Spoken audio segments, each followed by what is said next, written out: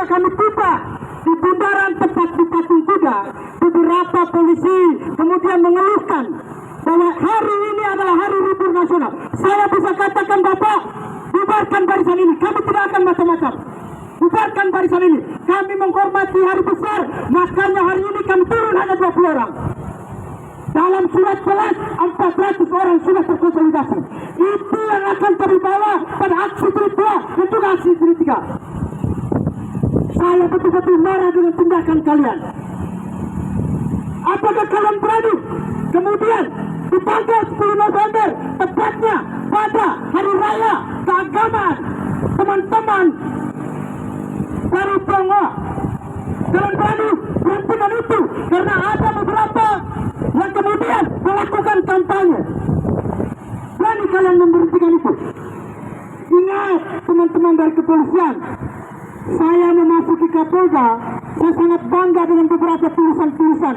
Di sana terpampang nyata muka dan juga wajah seorang Kapolri, menegaskan bahwa seragam dan atribut digunakan untuk menentukan kebutuhan rakyat, mengayomi dan melindungi rakyat. Kami hari ini datang meminta perlindungan kalian. Kalau seandainya kami mau melakukan hal yang tidak wajar, sudah dari tadi kami lakukan hal-hal yang untuk mendesak, melakukan dorong, saling dorong seperti aksi-aksi yang sudah kami lakukan sebelumnya.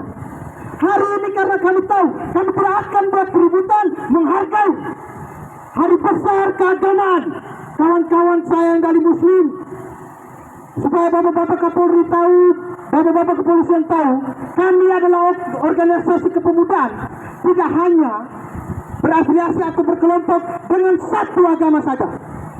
Bapak-bapak polisi pasti tahu apa itu Cipayung Plus.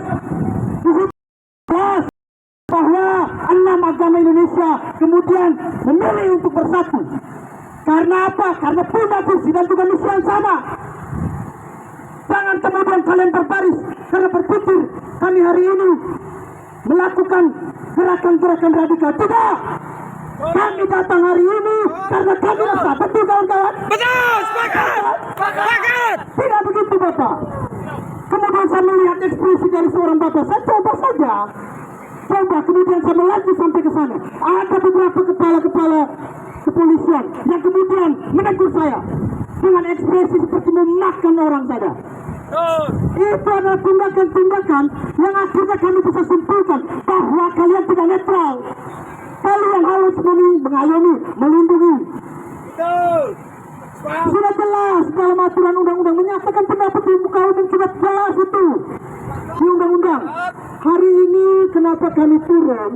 Hal yang paling mendasar adalah mendesak Joko Widodo, Presiden Republik Indonesia, Haji Insinyur Joko Widodo, jangan terlalu kemudian menggunakan kekuasaannya dalam bentuk-bentuk strategis yang kemudian hari ini kita baru sadar. Kesadaran hari ini tentunya karena adanya pemilihan umum, kepentingan-kepentingan yang kemudian diakomodasikan. Hari ini kita lihat jelas bahwa di mana seorang presiden Republik Indonesia berani kemudian menyatakan sikap bahwa presiden dapat memilih atau berkampanye untuk salah satu paslon. Memang tidak melanggar satu undang-undang, tetapi di situ kita mau presiden itu dalam sisa masa jabatannya itu bekerja untuk negeri itu. Hari ini kan kita tahu Presiden Joko Widodo kemudian menggunakan kekuasaannya melakukan politisasi spesial. Itu yang kami mau. Dalam akhir masa jabatan seharusnya kerja seperti apa yang sudah kau semboyankan, apa yang sudah kau gerakkan awal-awal dari 2014 sampai 2019 sampai 2024. Kerja apa di akhir-akhir ini menggunakan dana APBN kemudian membagi-bagi bansos. Itu ketiga hal yang melanggar, betul. Kemudian karena ketatnya dari seorang Sri Mulyani, Menteri Keuangan, dialihfungsikan kepada seorang Erlangga. Itu kan tidak betul negara ini. Itu yang mau kami tekankan pada Bapak Ibu-Ibu. Itu yang mau kami tekankan. Bahwa hari ini kami menuntut Jokowi untuk netral. Karena kalau seandainya seorang presiden kemudian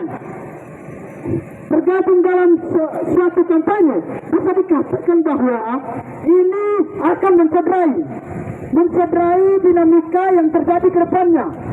Jokowi kemudian sangat takut dengan pergerakan dari koalisi sebelah, kemudian turun gunung, melakukan hal-hal yang kemudian tidak seperti yang kita harapkan.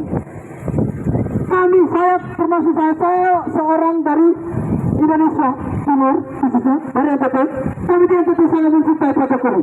Tetapi hari ini kemudian melihat bahwa Jokowi ternyata punya kedok busuk di balik muka polosnya seperti yang sudah disampaikan kepada Presiden saya tadi. Punya kedok busuk karena dalam proses Jokowi memainkan strateginya. Satu, menghalalkan segala cara, kemudian ditutupi dengan kata demokrasi, menghalalkan dan dapat mengubah konstitusi, di mana seorang putra disiapkan, walaupun belum cukup umur, kawan-kawan, disiapkan. Apa yang menghalangi seorang putra di situ? Umur. Putranya baru berumur 36 tahun. Dalam peraturan harus minimal 40 tahun. Apa yang harus dia lakukan sebagai seorang ayah? Menggunakan kekuasaan itu, kawan-kawan. Kita tahu bahwa ketua MK hari ini adalah seorang ipar dari Jokowi, paman dari seorang Gibran Raka Buming Raka, kawan-kawan. Ini kan kita tidak mau kemudian politik hari ini tidak mementingkan kepentingan rakyat, kemudian mementingkan kepentingan keluarga, kawan-kawan. Ini mindset kita harus dibuka. Kalian betul-betul nasionalis, kami juga sama. Kami tidak akan tinggal diam kalau seandainya negara kami tidak baik-baik saja. Kalian mungkin bisa berdiam di situ, tapi hari ini saya katakan saya tidak. Saya mau melawan rezim.